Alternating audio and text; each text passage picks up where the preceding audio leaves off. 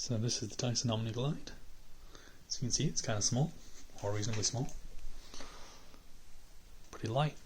And honestly, the thing I mainly want to show you is how much it glides. It's kind of hard to show in a video because you can't feel it, but let me start it up and I'll show you. So, pretty quiet.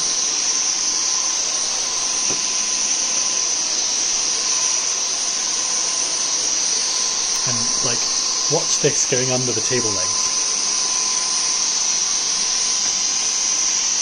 Like, because you can twist it around like this, you can just kind of like, okay, I'm not doing it justice, but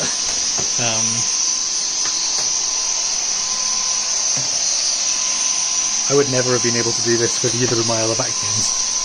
Like,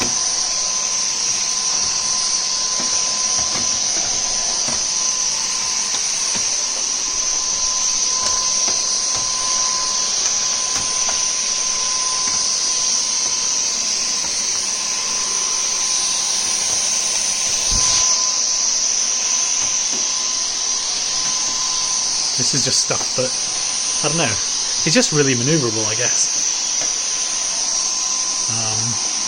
And the fluffy roller heads, I don't know if you can see them, but because they spin themselves, and because, let me just turn this upside down,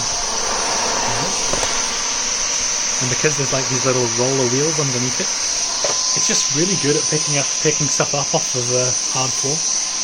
Like, I think it's because it's relying more on the mechanical motion of the rollers, more so than it's relying on the suction.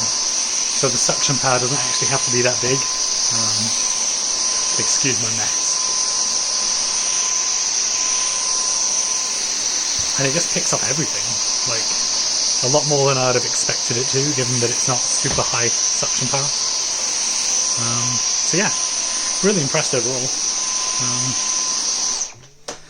As I've mentioned in my written form of the review though, whilst I'm really impressed by the head and the fluffy rollers just do an amazing job, the things that I'm a little bit annoyed by is just the fact that, for example, the mount point on the wall, like, it works fine, but I wish they'd had a spot for the attachments.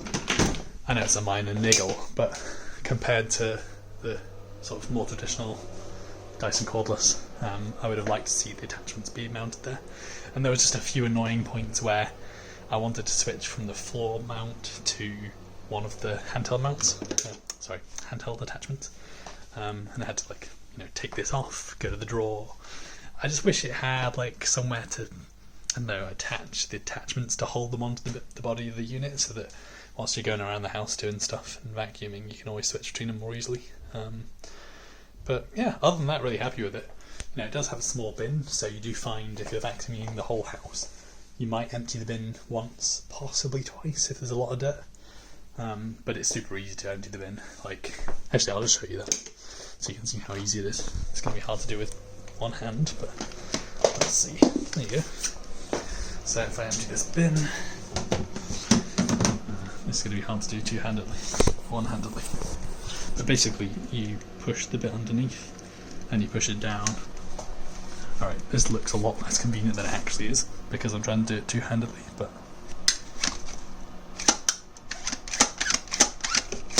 that motion,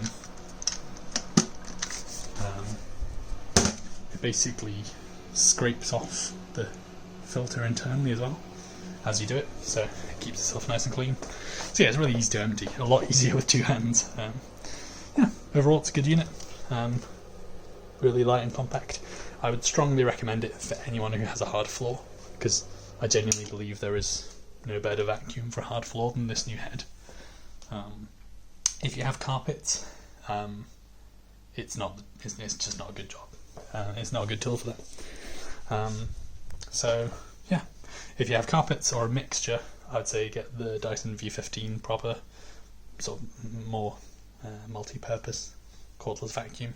If you have hard floors, this is great. That's all.